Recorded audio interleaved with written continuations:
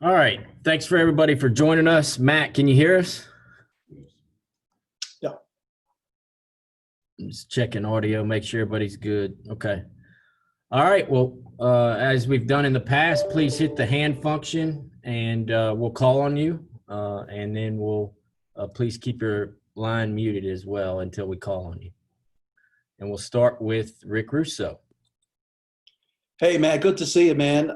Yesterday, for the first time in really full pads and getting down to some serious hitting, what did that feel like for you guys out there on the practice field yesterday? Felt really good. Obviously, we haven't done it in a while, but felt good. Everybody stayed up how we should, and no injuries and accidents, but a good, tough physical practice. We'll go to David Ubben. Matthew, with so much experience coming back from this group last year, where have you seen the biggest progression as you guys have looked at the first week of practice and what you were used to last year? Where have you seen the biggest growth in this defensive line group? Just as far as progression on the whole team, I mean, I've seen progression really everywhere. We have older receivers, returning quarterback with the return offense coordinator, a lot of experience, tough O-linemen. We have a deep running back group on the D-line, on the defensive side of the ball. On the defensive line, we have returners. We have big guys who have added muscle and become, more fast, more quick. And then we have returning linebacker, very experienced secondary. So all around on the team, there's a lot of improvement. There's a lot of return. There's a lot of standing out. As far as just the D-line, like you said, we have a new coach. Coach Brumbaugh has been on us hard, on us about the details, and every day we take it in stride and we become better and better than we were the next day. And we have guys who listen and who retain instruction and, are getting better because of the coaching, getting better because of the experience, it's been good. We'll go to Jimmy Himes, followed by Blake Topmeyer.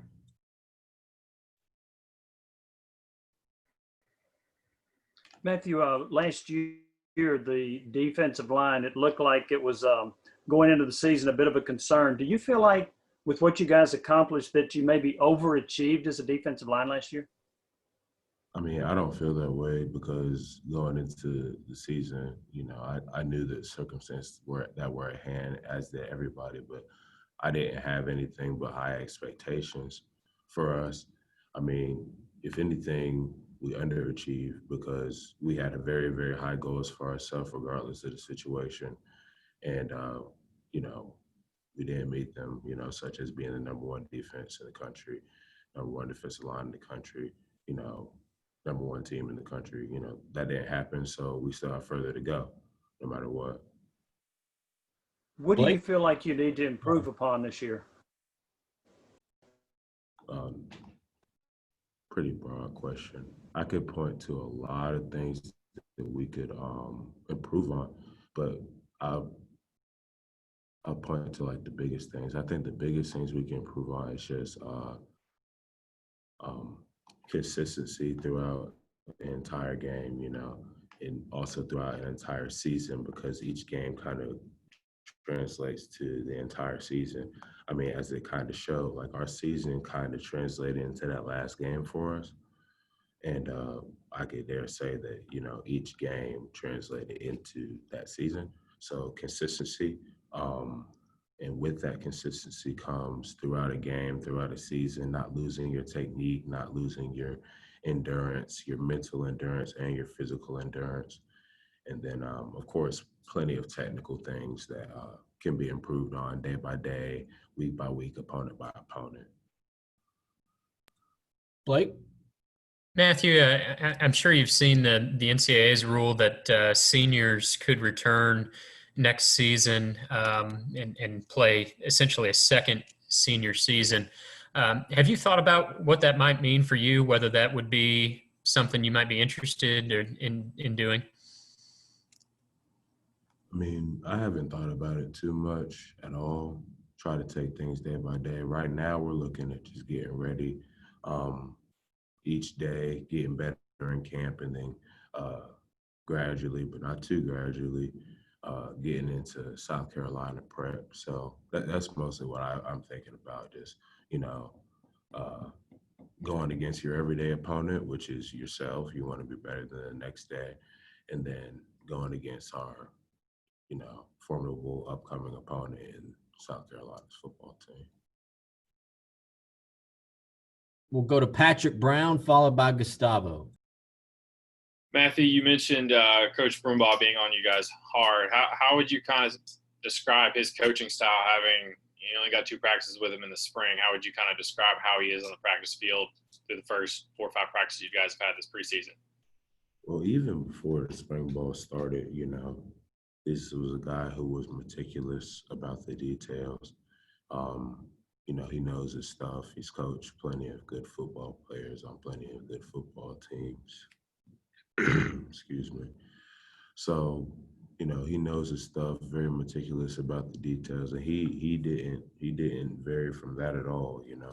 He came to us and he told us, how he was going to be, and he's been consistent with that.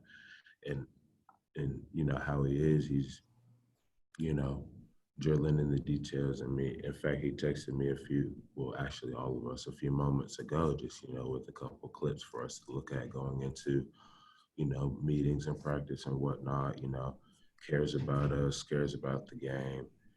And like I said, I really couldn't overemphasize it enough, very meticulous about the details. What did you know about him before he got hired, or when he was hired? What did you know about him before he even got here? Honestly, not too much, but I know him very well now. So, Gustavo? Matthew, you always had good performance against Florida. And this year you guys going to face the Gators in the last game of the season at Neyland Stadium, in your senior game. And despite you coming back or not, that's, probably going to be your senior game. How are your thoughts about, maybe finishing your career as a Vol against the Florida Gators, which is an opponent that you always done so well? Well, I do like playing Florida, for several reasons, as a Tennessee Volunteer, no matter what sport you're playing, maybe you don't even play a sport, you generally don't like Florida. But it's going to be very exciting, especially playing them in Neyland at that last game, just,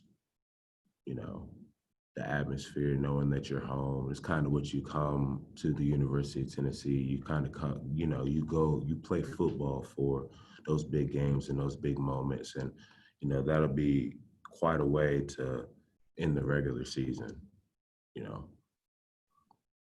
right, we'll go to Teresa Walker, AP, followed by Trey Wallace. Afternoon, Matthew. With talking about last season, what might be the biggest lesson that you and your teammates take from last year coming into this year, and what needs to be different as you try to build up any momentum from the way last season ended? As far as momentum, just those last those last several games where we went on our run, we were playing hard, consistent, as far as clean plays, which we define as just plays without any mistakes or errors.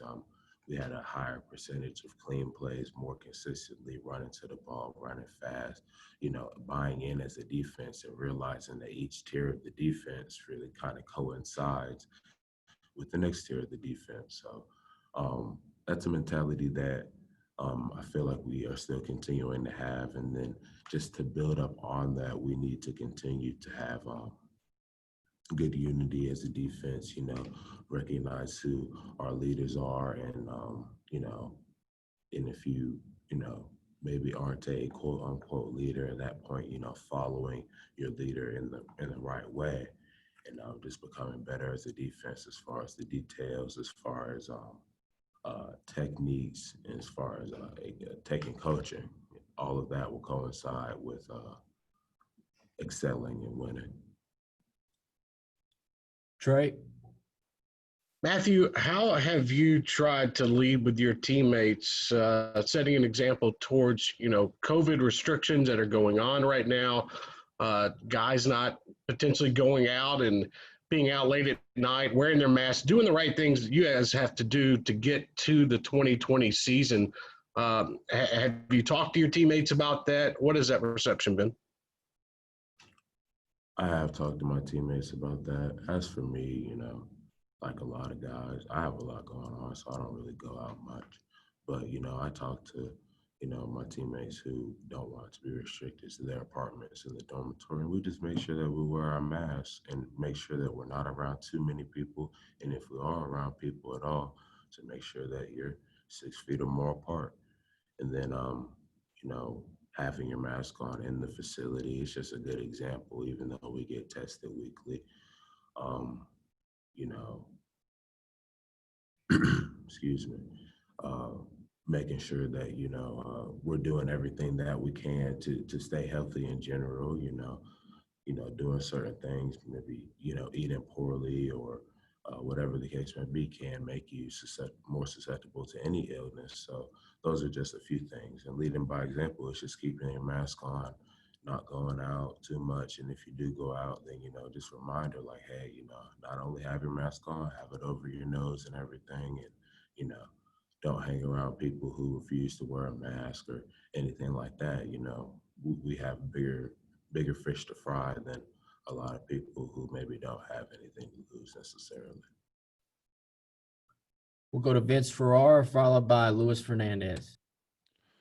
Matthew, I know it's early in camp and you're predominantly at end and he's on the offensive line at guard, but have you had any battles at all with Cade Mays? What's your impression of him if you have? Oh, I've gotten, because we have sub packages, so of course I'm able to rush inside and play inside. Mm-hmm. So, yeah, and, he's an athletic guy with fast hands and good feet. Get a couple of matchups, we'll probably get, I don't know, maybe 3 or 4 matchups a week.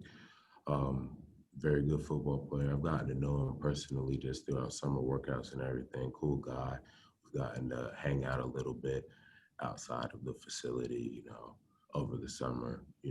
I like Cade Mays a lot. Not to mention he's a very good football player and gets me better. I try to get him better. Luis?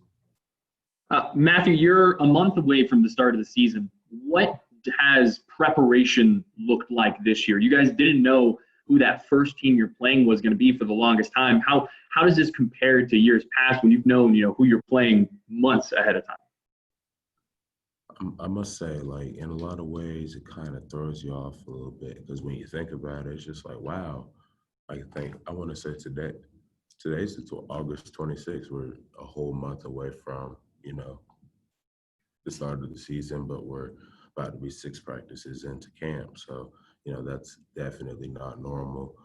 But, just try to stay focused on a couple of things to keep you your head straight. A couple of things being, always be competing against that one opponent, which is yourself, constantly trying to be better than the next day. And that kind of eliminates the uncertainty and the fact that the game is kind of far off in the future.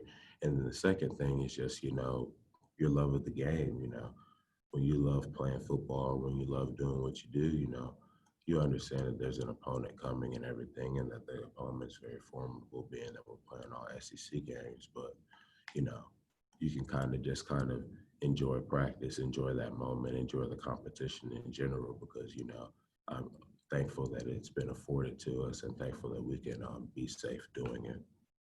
Thank you. We'll go to David Ubben and Jimmy Himes. Matthew, a couple questions. One, when you mentioned that Coach Brumbaugh was so nailed in on details, when were some of the first times that he got really sort of down and detailed with you guys that impressed you? And also, what have you made of the newcomers on the defensive line so far? Any guys standing out as well? I believe like his second day here, after he introduced himself and we got to know each other, I want to say he pulled up the Georgia game. And with all due respect to a former opponent in Georgia, we could have done some things differently in that game so that it would have a different outcome. And he pointed out, some, things that may have been overlooked, that could have changed the game. It could have really impacted the game just with a few details. And, that kind of shows that he had already watched the game. He had went through with a fine comb. That's pretty impressive just from a player to coach standpoint. And it's also good to hear that that you can improve. And then as far as the young guys, we have Dom, Big O, RJ. They're all showing up every day, getting the work in. They transform their bodies, looking real good, real strong, more and more like SEC linemen. They've impressed me in many ways, and they're going to have great careers ahead of them, great year ahead of them as well. Thanks. Matthew, there was an NBA player that said while he was in the bubble that he in Orlando that he kind of suffered from some anxiety and some depression. And I wonder if as you've tried to isolate yourself from this virus, have you encountered any of those emotions yourself? Just to clarify, anxiety and depression, I feel like are much, much more than emotions. Those are real mental states and things that a lot of people have trouble with. And I don't want to categorize myself with somebody who's experiencing that, because that would be me taking away from their experience. I know a lot of people who have anxiety and depression, and I wouldn't ever want to say, oh, I'm anxious and I'm depressed, because those aren't words that describe me, and that takes away from their state of being, which they have a right to be in, which they have a right to recover from and get better from. I actually know that story from the NBA player, and he just said that just being around basketball all the time and not having any other release kind of had him stressed and anxious. And, I do understand that feeling in the sense that I can look at it and acknowledge it, and I know what he's talking about. For me, I have a lot of stuff going on, and sometimes I feel great and sometimes I don't feel great. But when it all comes down to, I'm all right. And anybody who does feel like they're anxious or depressed, I try to speak to them if they're on this team, and if I know them, I try to help them the best that I can to be, a friend to them, a buddy for them, whatever they need from me.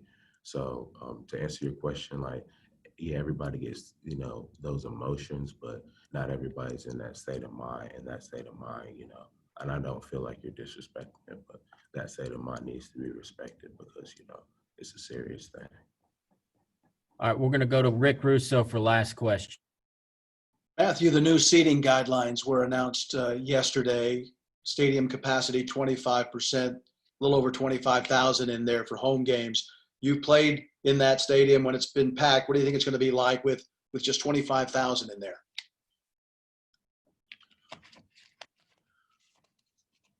Excuse me, I'm sorry, I need to get some water. But yeah, I have played in that stadium when it's packed. I think one of the loudest it's ever been was last year versus South Carolina. There was a third down. I couldn't hear my linebackers. I couldn't hear my coaches. I couldn't hear myself think. I think they ended up calling timeout, and they just got even louder. It was great.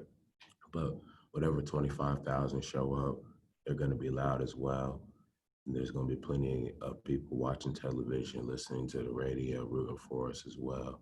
And we'll have plenty of support and plenty of love from the fans, from young children who aspire to be, whatever they want to be. And, we're trying to go out here and not only, play football for each other, for ourselves, for this university, but also just inspire young people and really try to showcase our skills for the fans, whomever shows up or whomever is watching on TV. It's going to be different, but it's still an honor and a privilege to play football for the University of Tennessee. So can't take too much from it. All right, thank you so much, Matt. We'll be back with Josh Palmer shortly.